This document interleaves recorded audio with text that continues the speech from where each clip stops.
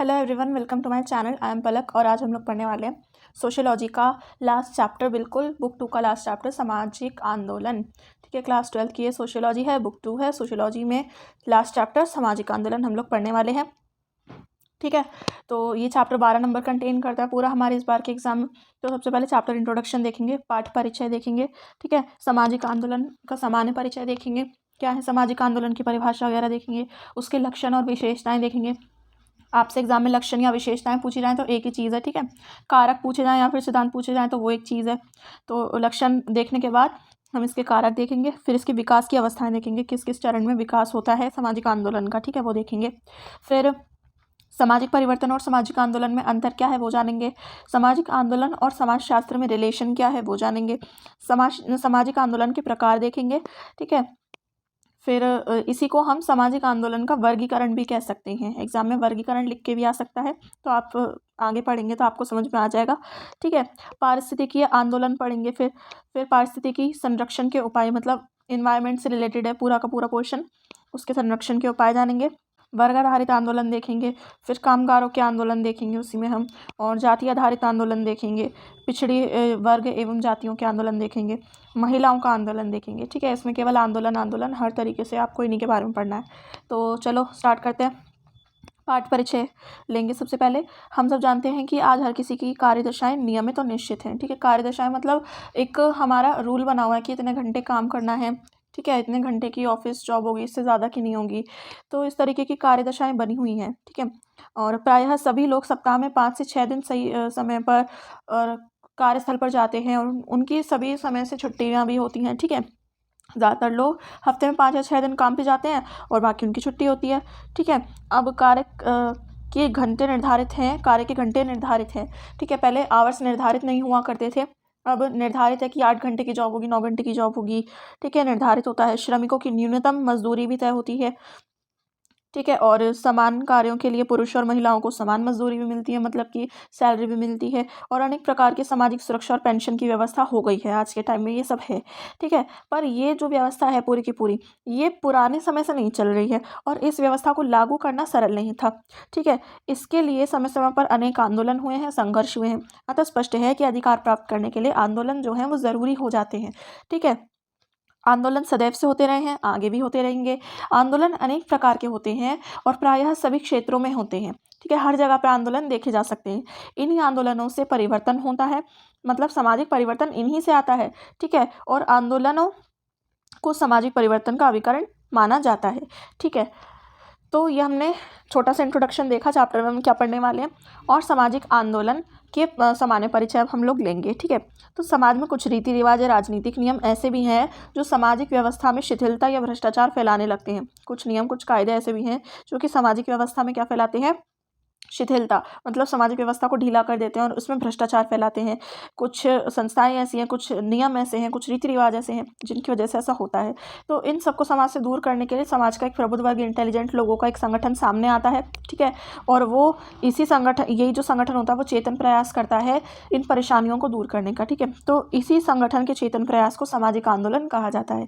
ठीक है, इस आंदोलन का मुख्य प्रायोजन किसी न किसी सामाजिक या राजनीतिक समस्या का समाधान करना होता है। किसी न किसी प्रॉब्लम को सॉल्व करना इसका मुख्य प्रायोजन होता है, मुख्य उद्देश्य होता है। तो हर्बर्ट ब्लूमर ने इसकी डेफिनेशन दी है कि नवीन व्यवस्था, मतलब नई व्यवस्था की स्थापना के लिए किया गया सामूहिक प्रयास सामाजिक आंदोलन कहा जा सकता है। और ऑक्सफोर्ड इंग्लिश डिक्शनरी में एक डेफिनेशन दी गई है इसकी, कि सामाजिक आंदोलन किसी लक्ष्य की प्राप्ति के लिए व्यक्तियों द्वारा किया जाने वाला प्रयास है। तो देखो, सामाजिक आंदोलन का परिचय हमने जान लिया, डेफिनेशंस देखी। डेफिनेशन लिखना ज़रूरी होता है जब आपसे केवल परिचय पूछा जाए। तो अब हम देखेंगे सामाजिक आंदोलन के लक्षण और विशेषताएं। देखो, लक्षण क्या है, तो सामाजिक आंदोलन संगठित योजनाओं पर आधारित होता है। तो जब तक योजनाएं एक जैसी नहीं होंगी, सबकी संगठित नहीं होंगी, सामाजिक आंदोलन चलाया नहीं जा सकता। जब लोगों के विचार आपस में मिलेंगे तभी सामाजिक आंदोलन चलाया जा सकता है। ठीक है, फिर है धार्मिक या राजनीतिक संगठन का आश्रय। तो देखो, कोई भी जो आंदोलन होता है वो या तो किसी धार्मिक संगठन से निकलता है या फिर किसी राजनीतिक संगठन से मिलता है। तो सामाजिक आंदोलनों को राजनीतिक और आर्थिक संगठन का आश्रय मिला हुआ होता है। ज़रा सी बातों पर धार्मिक और राजनीतिक संगठनों में सामाजिक आंदोलन प्रारंभ करने की क्षमता होती है। ठीक है, और ऐसा ये कर भी देते हैं। तो लोकमत को प्रभावित करने का प्रयास करते हैं सामाजिक आंदोलन। ठीक है, सामाजिक आंदोलन में व्यक्ति सबकी बहुमत को, लोकमत को, सब लोगों के विचारों को प्रभावित करने का प्रयास करते हैं, अपने पास करने का, अपने साथ करने का प्रयास करते हैं। ठीक है, प्रबुद्ध व्यक्तियों का नेतृत्व होता है इसमें। इंटेलिजेंट जो इंसान होता है वो आंदोलन को चलाता है, उसका नेतृत्व करता है। आंदोलन क्या करता है? विशेष उद्देश्यों की पूर्ति करता है। किसी विशेष उद्देश्य के लिए आंदोलन किया जाता है और आंदोलन से उसकी पूर्ति होती है। ठीक है, आंदोलन की प्रकृति अब जो है वो भी एक विशेषता है कि कई आंदोलन हिंसात्मक होते हैं, कई अहिंसात्मक होते हैं। ठीक है, तो फिर क्या है, आंदोलन भावुकता पर आधारित होते हैं। भावुकता पर कैसे आधारित होते हैं कि आंदोलन जो है वो सबको जो उसके सदस्य होते हैं उनको एक इमोशनली बांधते हैं। ठीक है, जब तक भावनाओं का विकास नहीं होगा, या फिर हम कहें राष्ट्रीय भावना का या कैसी भी भावना का विकास नहीं होगा, लोग एक दूसरे से जुड़ाव महसूस नहीं करेंगे और एक दूसरे का समर्थन नहीं करेंगे। और जब समर्थन ही नहीं करेंगे तो आंदोलन कैसे चलाया जा सकता है? तो ये भावुकता पर आधारित होते हैं। ठीक है, प्रदर्शनों और नारों पर जोर होता है इसमें। जुलूस निकाले जाते हैं, प्रदर्शन किए जाते हैं, नारे लगाए जाते हैं। ठीक है, इनकी सहायता से आंदोलन कारी जो होते हैं वो अपना आत्मविश्वास बढ़ाते हैं, अपने आप को मोटिवेट करते हैं और बाकी लोगों को भी आंदोलन के लिए प्रोत्साहित करते हैं। ठीक है, अहिंसात्मक साधनों पर बल होता है। ज़्यादातर जो सामाजिक आंदोलन होते हैं वो अहिंसात्मक होते हैं, पर कई बार ये हिंसात्मक भी हो जाते हैं। ठीक है, फिर पूर्व सूचित और निर्धारित होते हैं। सामाजिक आंदोलन पहले से ही सूचित होते हैं, सरकार को या फिर संगठन को, किसी को भी इसके बारे में पहले से बता दिया जाता है, जनता में भी इसको पहले से बता दिया जाता है, निर्धारित कर दिया जाता है, तभी आंदोलन किए जाते हैं। ठीक है, अब हमने इसके आंदोलन के लक्षण और विशेषताएं जानी, अब हम देखेंगे इसके सिद्धांत और कारक। ठीक है, तो क्या सिद्धांत है? रीति रिवाजों की प्राचीनता। कारक क्या है? पहले ये देख लो कि है क्या। सामाजिक आंदोलन के कारक मतलब वो चीज़ें जिनसे सामाजिक आंदोलन बढ़ता है, सामाजिक आंदोलन की हेल्प करते हैं जो। ठीक है, तो ये है रीति रिवाजों की प्राचीनता। रीति रिवाजों प्राचीन है, हमारे जो रीति रिवाज है बहुत रूढ़ियाँ हैं उनमें, जिनकी वजह से लोगों में अविश्वास होता है, लोगों में अपनी प्रथाओं के प्रति जो है संतोष नहीं होता है, या फिर कई जो प्रथाएं होती हैं वो समाज को भ्रष्ट करने वाली, समाज में पाप को लाने वाली होती हैं। ठीक है, तो ऐसी प्रथाओं को लोग क्या करते हैं? इनका विरोध करते हैं। जैसे कि सती प्रथा है, या फिर हम कहें कि कई सारी ऐसी प्रथाएं देखी गई हैं, बाल विवाह है, ये रीति रिवाज हैं, इनका सबका विरोध करते हैं लोग। तो इनकी प्राचीनता होने की वजह से, इनमें कुछ बदलाव ना होने की वजह से क्या होता है? सामाजिक आंदोलन होते हैं। फिर क्या? स्थिति और कार्य में असंतुलन। जब लोगों का कार्य कुछ और होता है, उनकी स्थिति कुछ और होती है, बहुत इनमें असंतुलन होता है, तो सामाजिक आंदोलन होते हैं। अब देखो, जैसे व्यक्ति कार्य कर रहा है बहुत अच्छी पोजीशन पर उसको सैलरी बहुत ज़्यादा कम मिल रही है, जिसकी वजह से उसकी स्थिति खराब है। तो इन दोनों में जब डिसबैलेंस होता है तो व्यक्ति को क्या चाहिए कि उसकी स्थिति भी बेहतर हो, जिस अकॉर्डिंग काम कर रहा है। तो इन दोनों में असंतुलन होता है, जिस वजह से सामाजिक आंदोलन होते हैं। ठीक है, और सामाजिक वर्गों में असंतोष। जब वर्गों में आपसी असंतोष होता है, एक दूसरे के प्रति असंतोष होता है, या फिर इनमें अपने अपने कार्यों के प्रति या फिर अपने रीति रिवाजों के प्रति असंतोष होता है, सामाजिक वर्गों में एक दूसरे में असंतोष होता है, तो सामाजिक आंदोलन होते हैं। हम आए दिन देखते रहते हैं कि एक वर्ग दूसरे वर्ग का विरोध कर रहा है, एक धर्म दूसरे धर्म का विरोध कर रहा है, विरोधी प्रचार कर रहे हैं, इस वजह से सामाजिक आंदोलन शुरू हो जाते हैं। और क्या? शिक्षा द्वारा भौतिकवाद। शिक्षा द्वारा लोगों में अपने अधिकारों के प्रति जागरूकता आई है, भौतिकवाद को बढ़ावा मिला है। ठीक है, जिसकी वजह से आंदोलन की प्रवृत्ति जो है वो तीव्र हुई है, आंदोलन किए जाते हैं बात बात पर अपने अधिकारों की प्राप्ति के लिए। फिर क्या? विभिन्न संस्कृतियों का संपर्क। बहुत सारी संस्कृतियों में आपस में संपर्क हुआ है, तो आपस में टकराव भी हुए हैं। इन्हीं टकरावों की वजह से सामाजिक आंदोलन होते हैं। यातायात और संदेश वाहन साधनों का विकास। तो देखो, यातायात के साधनों का विकास हुआ है, संदेश वहन के साधनों का विकास हुआ है, तो क्या हो रहा है? लोग एक जगह से दूसरी जगह जा रहे हैं, एक दूसरे की संस्कृतियों से संपर्क बना रहे हैं, उनमें प्रचार प्रसार कर रहे हैं अपनी संस्कृति का, जिसकी वजह से कई बार विरोध भी हो जाते हैं, और इन्हीं विरोधों से सामाजिक आंदोलन की प्रवृत्ति तीव्र हो जाती है।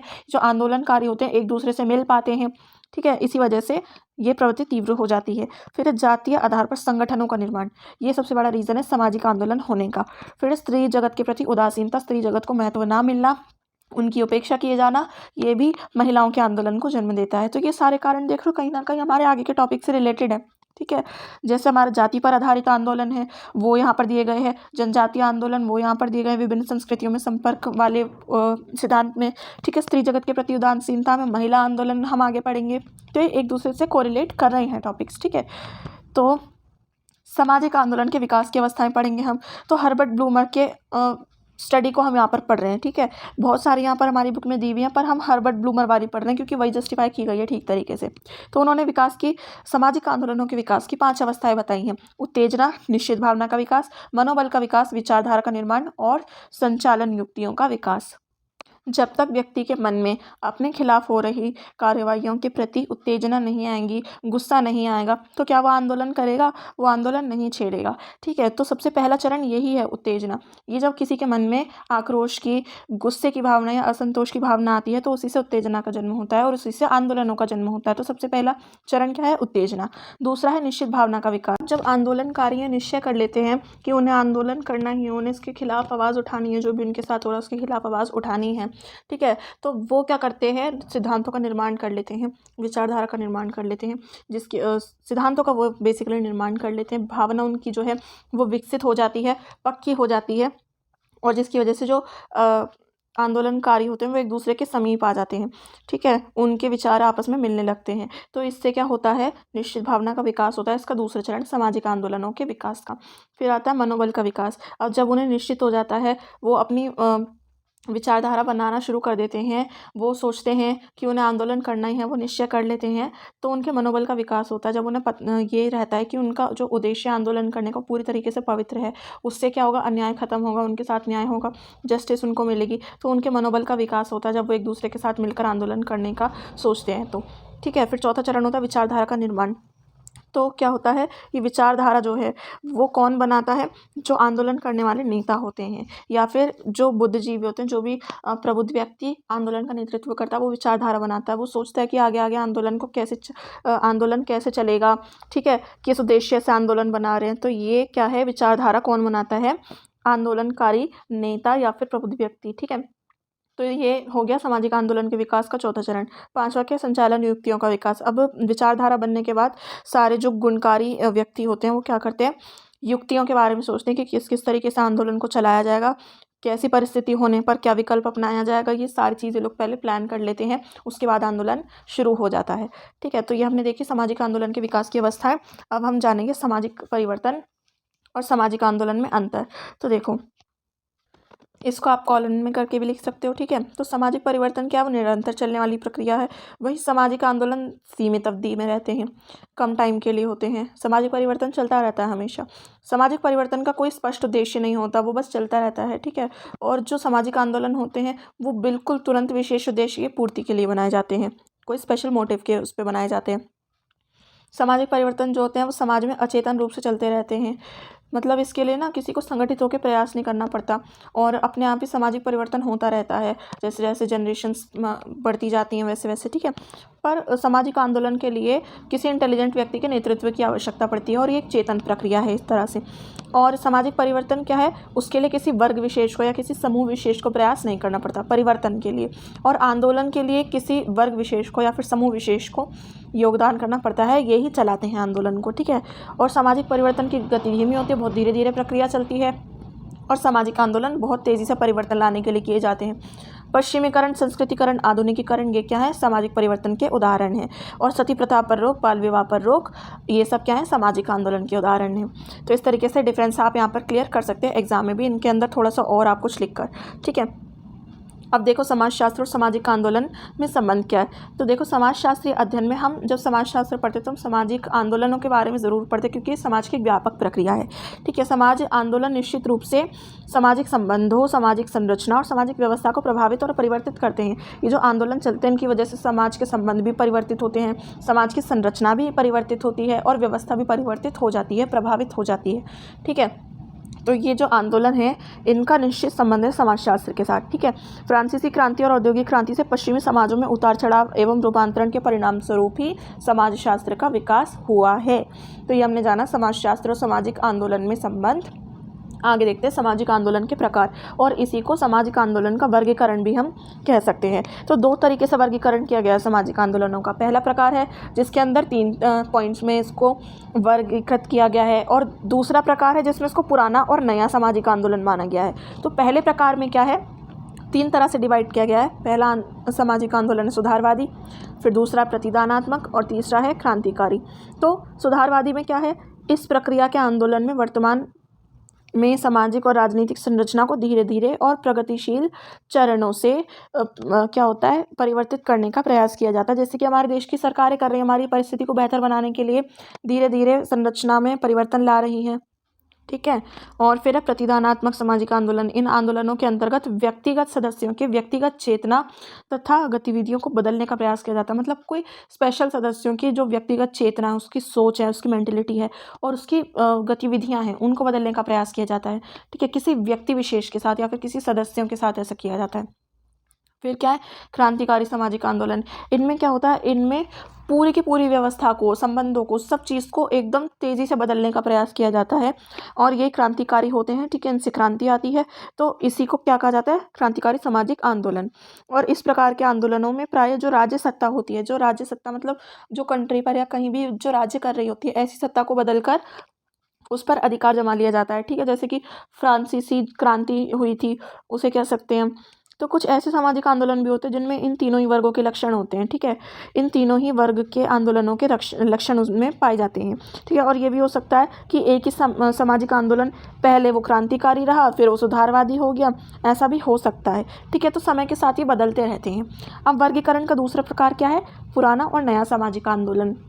तो पुराने सामाजिक आंदोलन वो हैं जो औपनिवेशिक काल में चलते थे। ठीक है, पिछली सदी के आंदोलन है सारे के सारे। तो ये आंदोलन प्रमुख रूप से वर्ग विशेष आंदोलन थे, वर्ग आधारित आंदोलन थे। ठीक है, इन आंदोलनों में मुख्य कौन से थे, श्रमिक या कामगार के आंदोलन, किसान आंदोलन, उपनिवेशवाद विरोधी आंदोलन, ये सारे औपनिवेशिक काल में चल रहे आंदोलन थे जिन्हें पुराने आंदोलन कहा गया है। ठीक है, और अब नए सामाजिक आंदोलन है, इनका क्या है, ये 1960 से 1970 के दशक के बीच में शुरू हुए हैं नए सामाजिक आंदोलन। ठीक है, आज़ादी के बाद।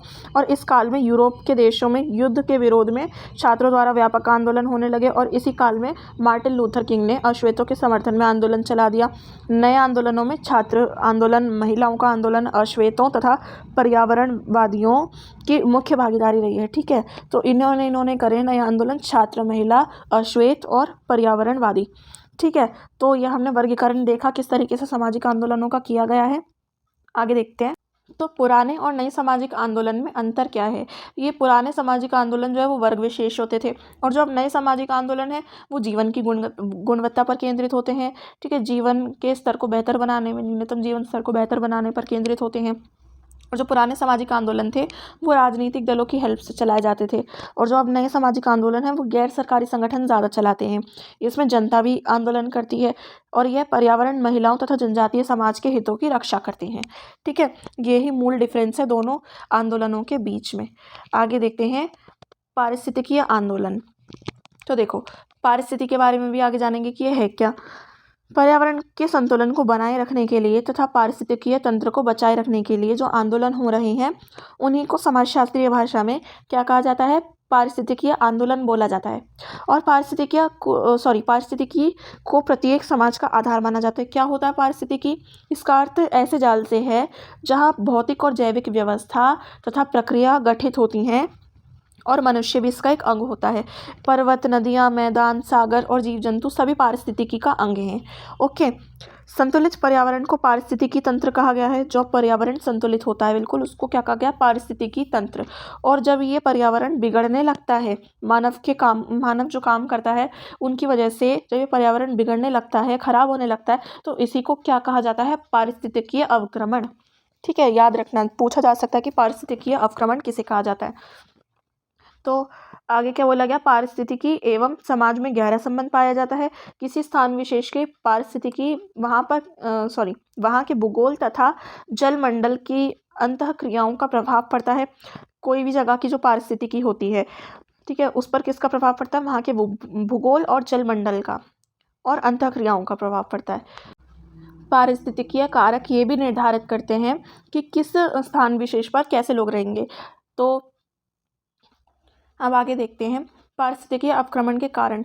तो वनों का विनाश, भूमि या मृदा का कटाव, जल स्रोतों की कमी, खतरनाक उद्योग, ये कारण है जिनकी वजह से पर्यावरण को नुकसान पहुंचता है। और यही कारण आपको यहाँ पे लिखने हैं पारिस्थितिकीय अवक्रमण के, मतलब पर्यावरण के खराब होने के। ठीक है, तो इनके बारे में तो हम लोग खुद भी लिख सकते हैं, इतनी नॉलेज सबके पास अवेलेबल है इस टाइम पे, क्योंकि पढ़ चुके हैं इतना हम लोग, क्लास 10th 11th 12th में भी इतना सब कुछ पढ़ चुके हैं और आसपास देखते भी रहते हैं, तो ये लिख सकते हैं इजीली। ठीक है, आगे देखते हैं पारिस्थितिकी और संरक्षण के उपाय। तो पारिस्थितिकी के संरक्षण के उपाय यहाँ पे देखेंगे। तो देश में, हमारे देश में लगभग 400 ऐसी संस्थाएं हैं जो कि क्या कर रहे हैं, पर्यावरण में जागरूकता लाने का, पर्यावरण के लिए लोगों में जागरूकता लाने का काम कर रही हैं। तो पर्यावरण के विषय में गैर सरकारी प्रयास भी समय समय पर किए जाते रहे हैं, सरकारी प्रयास भी किए जा रहे हैं। ठीक है, सरकारी प्रयास कैसे, जैसे हमें पता है संयुक्त राष्ट्र संघ के रियो डी जेनेरियो वाले सम्मेलन में, पृथ्वी सम्मेलन के बारे में हमें पता है, पृथ्वी सम्मेलन में भी पर्यावरण के बचाव पर ध्यान दिया गया। इसके बाद समय समय पर कहीं ना कहीं ऐसे सम्मेलन होते रहे जिनमें पर्यावरण के विषय पर ध्यान दिया गया है।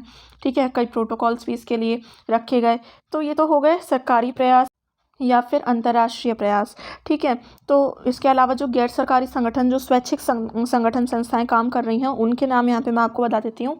यहाँ पर है academy of environmental sciences, Himalaya शोध समूह Nainital, people association for Himalaya area research Nainital में है जो, और शेरपा लखनऊ। ठीक है, उत्तराखंड शोध संस्थान, Indian environment association Delhi, Indian society for naturalist इसोना गुजरात में है ये, society for clean environment Soclean Maharashtra. अब आप मुझे जल्दी से शेरपा के बारे में, क्योंकि लखनऊ का ही है, तो शेरपा के बारे में आप मुझे सर्च कर या अगर आपको पता है तो आप वैसे कमेंट करके बताओ, और अगर नहीं पता है तो गूगल पर से सर्च करो, इनके बारे में थोड़ा सा पढ़ो और शेरपा के बारे में मुझे कमेंट करके बताओ कि ये क्या है, इसकी स्थापना कब हुई थी। ठीक है, तो आगे देखते हैं वर्ग आधारित आंदोलन और किसान आंदोलन। तो वर्ग आधारित आंदोलन में सबसे पहले किसान आंदोलन आते हैं। कृषि का भारतीय अर्थव्यवस्था में महत्वपूर्ण योगदान रहा है। इस दृष्टिकोण से किसानों का भी महत्वपूर्ण स्थान होना चाहिए, पर दुर्भाग्यवश हमारे देश में हमेशा से ही कृषक वर्ग को बहुत सारी समस्याओं का सामना करना पड़ता रहा है। ठीक है, किसानों द्वारा समस्याओं के निवारण के लिए और अपने हितों की रक्षा के लिए समय समय पर जो आंदोलन किए जाते रहे हैं वो किसान आंदोलन के रूप में या फिर कृषक आंदोलन के रूप में जाने जाते हैं। तो ये तो हो गया शॉर्ट सा इंट्रो किसान आंदोलन का। तो इसके कारण क्या हैं? स्वतंत्रता पहले से भी काफ़ी कारण रहे हैं और स्वतंत्रता प्राप्ति के बाद भी काफ़ी कारण रहे हैं। तो पहले वाले कारक क्या है? काश्तकारों और भूस्वामियों के संबंधों में तनाव था। ठीक है, किसानों का शोषण करते थे। कौन करते थे? जो ये बड़े भूस्वामी थे या फिर जो ब्रिटिश सरकार थी वो किसानों का शोषण करते थे। ठीक है, और उनको ठग भी लेते थे कई बार, जो भी हम इंडिगो वाले चैप्टर में हमने पढ़ा है कि क्या हुआ था। ओके, और कृषकों की निम्न स्थिति थी बहुत ज़्यादा, बंधुआ मजदूरी की प्रथा चलती थी जिसकी वजह से आंदोलन चलाए जा रहे हैं। ये वो सारे कारण हैं। लोगों का कार्य असुरक्षित था, जब मर्जी उन्हें उनकी भूमि से बेदखल कर दिया जाता था, उनको वेतन कम मिलता था, सरकार की जो नीतियाँ थी वो बहुत ज़्यादा गलत थी और इन लोगों के खिलाफ थी, मतलब कृषक वर्ग को हमेशा से पीड़ित करती थी ये सरकारी नीतियाँ। ठीक है, और स्वतंत्रता के बाद में क्या कारण रहे हैं? भूमि सुधार असफल रहा है। ठीक है, कुछ एरियाज़ में जहाँ पे फल गया वहाँ पे तो ठीक है, जहाँ पर भूमि सुधार सफल रहा वहाँ पे ठीक है, पर जहाँ पर असफल हो गया वहाँ के किसानों ने आंदोलन करे। ठीक है, और फिर क्या है? बिजली और पानी की मूलभूत समस्या। लोगों के पास, इन किसानों के पास समय से बिजली नहीं जाती, पानी की समस्या रहती है, जिसकी वजह से ये आंदोलन कर देते हैं, विद्रोह कर देते हैं। मूल्य निर्धारण की व्यवहारिक नीति नहीं है हमारी सरकार की। फसलों का अलग अलग मूल्य तय किया जाता है जो कि किसानों के अनुकूल नहीं होता, जिस वजह से वो आंदोलन कर देते हैं। समय समय पर उचित मूल्य नहीं मिलता है किसानों को उनकी फसलों का, जिसकी वजह से ये आंदोलन कर देते हैं, विद्रोह कर देते हैं। सरकार द्वारा सब्सिडी में निरंतर गिरावट की जा रही है, जिसकी वजह से आंदोलन हो रहे हैं। तो ये किसान आंदोलन के कारण हमने जाने। अब आगे देखते हैं मुख्य किसान आंदोलन कौन कौन से रहे। तो ये आप याद कर लेना इनकी डेट्स और नेम। 1859 से 1862 का किसान विद्रोह जो है वो नील की खेती के विरुद्ध था। उसके बाद 1857 का दक्कन विद्रोह जो है वो साहूकारों के विरोध में था। 1928 में सूरत जिले के आंदोलन जो है वो लगान विरोधी अभियान था और ये देशव्यापी असहयोग आंदोलन में बदल गया, उसी का हिस्सा था। ठीक है, और 1917 से 1918 में चंपारण में सत्याग्रह हुआ था जो कि नील की खेती के विरुद्ध था। 1920 का आंदोलन ब्रिटिश सरकार की वन नीतियों के विरुद्ध था। 1920 से 1940 के बीच किसान संगठन भी आंदोलन करने लग गए थे। इनमें बिहार प्रोविंशियल किसान सभा तथा ऑल इंडिया किसान सभा का बोलबाला रहा। ठीक है, और 1946 से 47 में तेभागा आंदोलन और तेलंगाना आंदोलन, ये दो ही ऐसे आंदोलन हैं जो कि स्वतंत्रता प्राप्ति के बाद भी सक्रिय थे। स्वतंत्रता प्राप्ति के उपरांत नक्सली आंदोलन और नए किसान आंदोलनों का उल्लेखनीय है, ये शुरू हो गए थे। और नए किसान आंदोलनों का पंजाब और तमिलनाडु में 1970 के दशक में शुरू हुए। ठीक है, तो ये हमने मुख्य किसान आंदोलन देख लिए हैं, सारे सबकी डेट्स देख ली हैं। आगे देखते हैं कामगारों का आंदोलन। तो ये भी वर्ग आधारित आंदोलन में आता है, कामगारों का आंदोलन। ठीक है, तो अब कामगार क्या होते हैं? तो इनका मतलब होता है श्रमिक या फिर मजदूर जो कि उत्पादन क्षेत्र से जुड़े हुए होते हैं, उत्पादन क्षेत्र में काम करते हैं। और भारत में कामगारों के आंदोलन औपनिवेशिक काल से ही शुरू हो गए और आज तक भी चल रहे हैं। ठीक है, भारत में उद्योग अर्थात कारखानों आदि की स्थापना औपनिवेशिक काल में 1860 के दशक में हो गई थी। उसी काल में कारखानों में काम करने वाले जो श्रमिक हैं उनकी मजदूरी बहुत कम थी, उनको वेतन और कार्यदशाएं उनके अनुकूल नहीं थी। ठीक है, और कोई नियम भी इसके लिए निर्धारित नहीं थे। तो इन्होंने क्या किया, इसकी वजह से आंदोलन शुरू हो गए। अब क्या है, तो देखो औपनिवेशिक काल में भी कामगारों के आंदोलन चले। ठीक है, स्वतंत्रता प्राप्ति से पहले और उसके बाद में भी आंदोलन चले हैं। तो 1917 के आसपास बम्बई में कपड़ा मिलों की लगातार हड़तालें हुई। ठीक है, और इसी काल में कोलकाता के पटसन कामगारों ने भी काम ठप कर दिया। मद्रास के बंकिंघम तथा कर्नाटक की मेल कामगारों ने वेतन की वृद्धि की मांग के लिए काम रोक दिया। ठीक है, अहमदाबाद की कपड़ा मिल के मजदूरों ने मिलकर वेतन को बढ़ाने के लिए 50% वेतन बढ़ाने की मांग करते हुए उत्पादन काम को रोक दिया, ठप कर दिया। और अप्रैल 1918 में बीपी वाडिया ने मजदूर संघ की स्थापना की। वाडिया सामाजिक कार्यकर्ता थे तथा थियोसोफिकल सोसाइटी के सदस्य भी थे। ठीक है, 1980 में ही महात्मा गांधी ने टेक्सटाइल लेबर एसोसिएशन की स्थापना की और 1922 में सरकार ने चौथा कारखाना अधिनियम पारित करके इस अधिनियम के अंतर्गत श्रमिकों के कार्य के घंटे घटा दिए। तो देखो यहाँ पर है ना, कई जगह पर मैं खुद आपको बता रही हूँ कि स्लाइड में प्रॉब्लम है, स्लाइड में कई जगह पर टाइपिंग गलत हो रखी है। ठीक है, तो उसको आप माइंड मत करना, जहाँ पर भी टाइपिंग गलत है, मैं आपको बोलकर तो साथ साथ समझा रही हूँ ना, जहाँ पर भी एरर है आप उसको अपने नोट्स में ठीक से लिख लेना या फिर सही से समझ लेना। ठीक है, इन पर ध्यान मत देना। तो चलो हम अपने चैप्टर को कंटिन्यू रखते हैं। औपनिवेशिक काल में कामगारों के आंदोलन हमने पढ़े कैसे थे। अब हम देखेंगे स्वतंत्रता के बाद कैसे थे कामगारों के आंदोलन। तो 1960 के दशक में जैसे जैसे क्षेत्रीय राजनीतिक दल गठित हुए वैसे वैसे बहुत सारे श्रमिक संघ भी साथ साथ बनने लगे। आगे चलकर 1966 से 67 में मंदी का दौर आया और इसी के साथ उत्पादन बहुत कम हो गया। रोजगारों में भी बहुत ज़्यादा गिरावट आ गई, बहुत कमी हो गई। इसकी वजह से लोगों में बहुत ज़्यादा असंतोष का माहौल बन गया। हमने पढ़ा है ना, आपातकाल लागू कर दिया गया था। तो ये उससे पहले वाली सिचुएशन है सारी, क्योंकि रोज़गार की कमी थी, लोगों में असंतोष बढ़ गया था, आंदोलन होने लगे थे। ठीक है, इससे व्यापक असंतोष का माहौल बना और आगे चलकर 1974 में रेल कर्मचारियों ने बहुत बड़ी हड़ताल कर दी थी और पूरा काम जो है वो ठप पड़ गया था। 1975 में और 77 तक चला। देश में आपातकाल लागू हो गया। इस अवधि में श्रमिक संघों की सभी गतिविधियों पर रोक लगा दी गई, परंतु कुछ समय बाद ये रोक हटा ली गई। ठीक है, तो ये हमने देखा स्वतंत्र भारत में कामगारों के आंदोलन कैसे थे। आगे देखते हैं जाति आधारित आंदोलन। तो जाति आधारित आंदोलन में पहले दलित आंदोलन है, फिर पिछड़े वर्गों और जातियों के आंदोलन है। तो नए संदर्भ में इस शब्द का प्रयोग सबसे पहले 1970 के दशक में बाबा साहेब अम्बेडकर के अनुयायियों ने नव बौद्ध आंदोलनकारियों के संदर्भ में किया था। दलित वर्ग से इनका आशय है समाज के उस वर्ग से जिसे समाज के तथाकथित उच्च वर्ग ने हर प्रकार से प्रताड़ित किया है। ठीक है, दलितों द्वारा आयोजित आंदोलनों की कुछ विशेषताएं थी। यह आंदोलन केवल आर्थिक शोषण और राजनीतिक दबाव तक ही सीमित नहीं थे, बल्कि इन आंदोलनों का वास्तविक उद्देश्य यह था कि इन्हें समाज के वर्ग में, पूरे समाज में इन्हें मानव के रूप में पहचान मिले। ठीक है, इसी का संघर्ष है ये आंदोलन। इन आंदोलनों को आत्मविश्वास तथा आत्मनिर्णय के स्थान पाने के संघर्ष के रूप में देखा जा सकता है। यह आंदोलन समाज के अस्पृश्यता के कलंक को मिटाने के लिए किए जाने वाले संघर्ष हैं। वर्तमान में दलित आंदोलन जो है वो पूरी तरीके से स्थापित हो चुके हैं और अब इनकी उपेक्षा नहीं की जा सकती। दलित साहित्य में पारंपरिक जो वर्णन किया गया है वर्ण व्यवस्था का, उनकी घोर निंदा की गई है।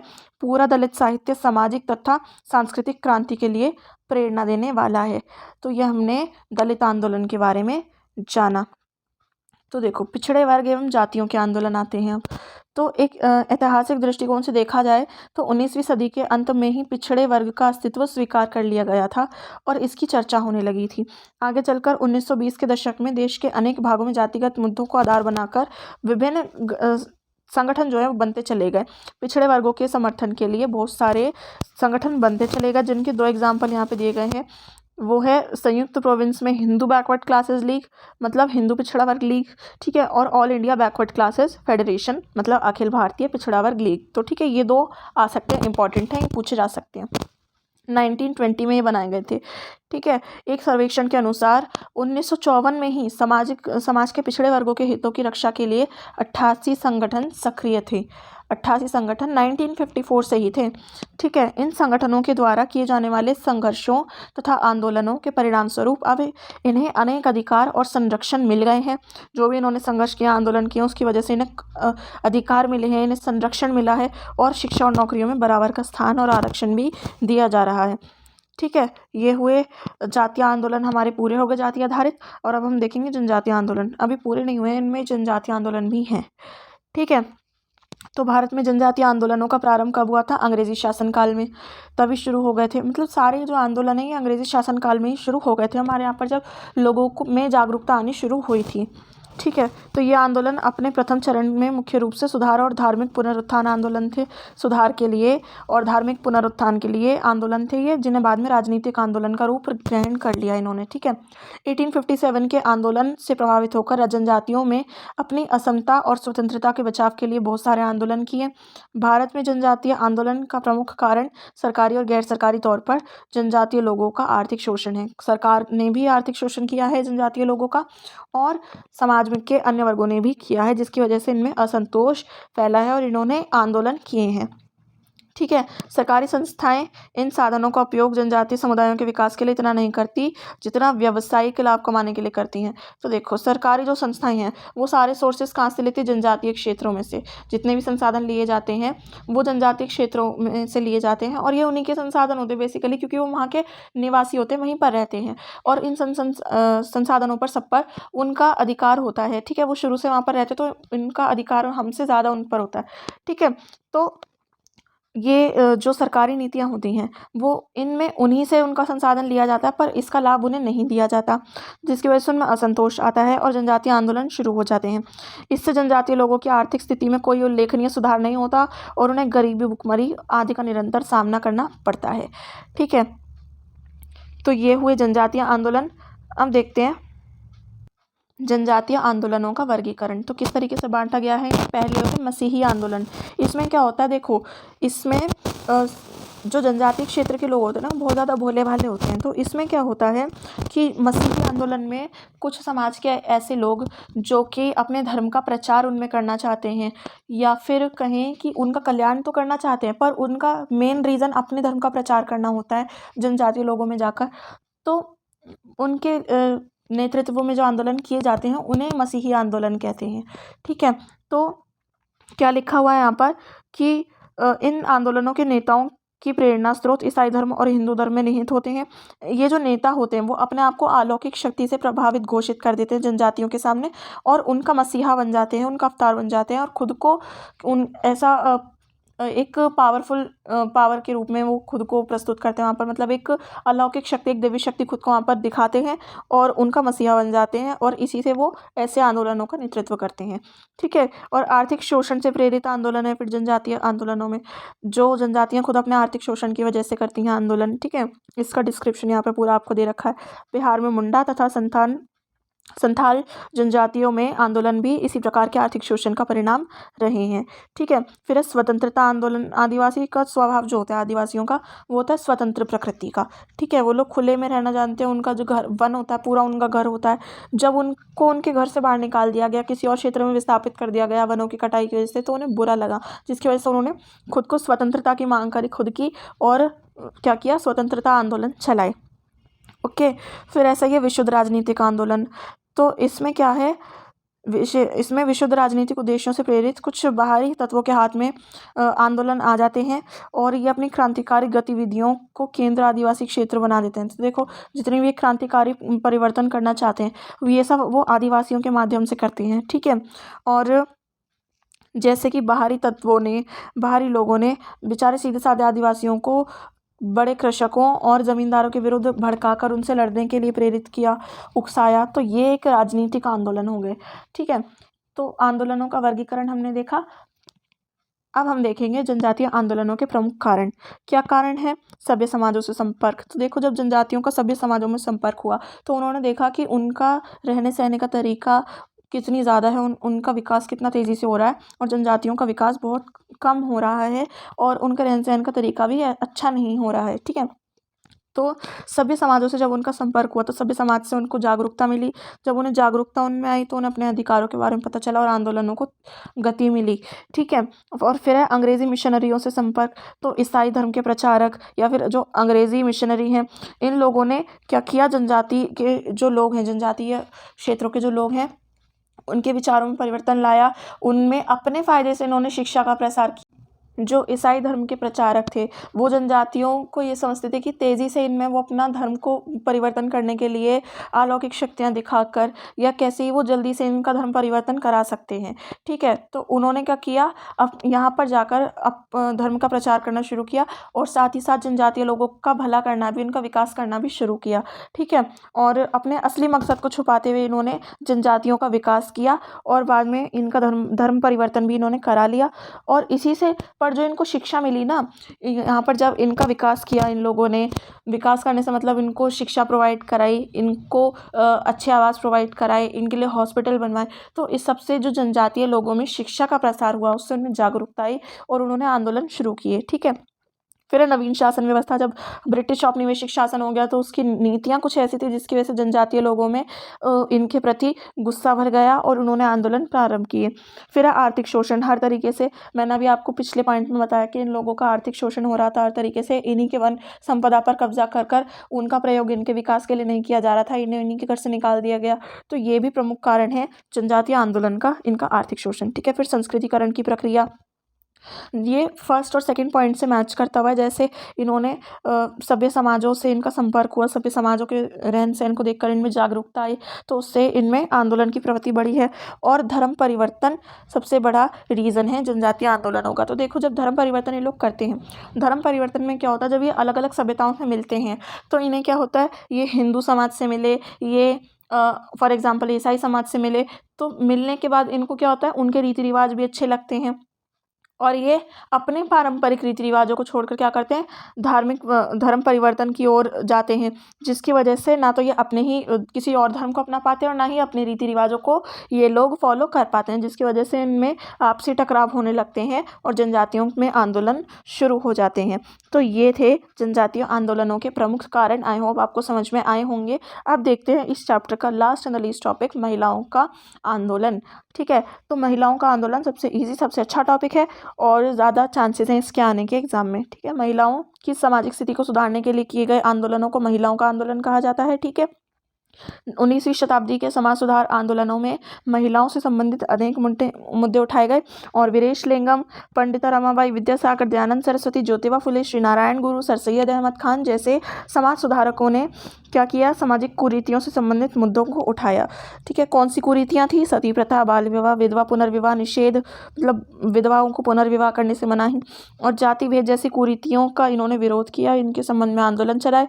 इन समाज सुधारकों ने अपने विचार फैलाने के लिए, जन जागरण में जागरूकता लाने के लिए उपनिवेशवाद काल में भारत में लाई गई जो प्रिंटिंग प्रेस थी, टेलीग्राफ थे, माइक्रोफोन थे, इन सब का यूज़ किया और आवागमन के साधनों का प्रयोग करके जागरूकता फैलाई लोगों में। ठीक है। समाज सुधारकों को इसमें बहुत सारे विरोध का भी सामना करना पड़ा। ठीक है। कट्टरपंथियों का भी सामना करना पड़ा, पर वो इस राह में आगे बढ़ते रहे और 20वीं शताब्दी की शुरुआत में महिलाओं के आंदोलनों हेतु राष्ट्रीय और स्थानीय स्तर पर भी महिलाओं के संगठनों में वृद्धि हुई। ठीक है। इसमें women's India association, all India women's conference, national council for women in India, national federation of Indian women, ये सब संगठन हैं जिन्हें हम तुरंत ही नाम सुनकर पहचान सकते हैं। ठीक है। तो अगर आपने इनके नाम याद नहीं किए ना, तो इनके नाम याद कर लेना, लिखने में आपको ईजी रहेगा, जल्दी से आप इस टॉपिक को अच्छे से लिख पाओगे। और वर्तमान समय में महिलाओं के हितों की रक्षा के लिए राष्ट्रीय महिला आयोग भी काम कर रहा है। ठीक है। तो ये पूरा चैप्टर था हमारा, हमने इसके सभी पहलुओं को बहुत अच्छे से पढ़ लिया है, समझ लिया है। इजी टॉपिक्स में, इजी पॉइंट्स में मैंने आपको ये पूरा चैप्टर एक्सप्लेन कर दिया है। आई होप आपको समझ आया होगा। अगर वीडियो पसंद आई हो तो लाइक कर देना, चैनल को सब्सक्राइब कर लेना, अगर नहीं हो तो अपने फ्रेंड्स के साथ शेयर करना मत भूलना। कोई भी डाउट हो तो कमेंट सेक्शन में पूछ सकते हो and I will meet in the next video. Thank you for watching. आज हमारी सोशियोलॉजी ऑलरेडी पूरी हो चुकी है गाइस, तो एक सब्जेक्ट आपने अपना फिनिश कर लिया है। ठीक है। और बाकी भी सब्जेक्ट हम लोग फटाफट कंप्लीट कर लेंगे and thank you for watching.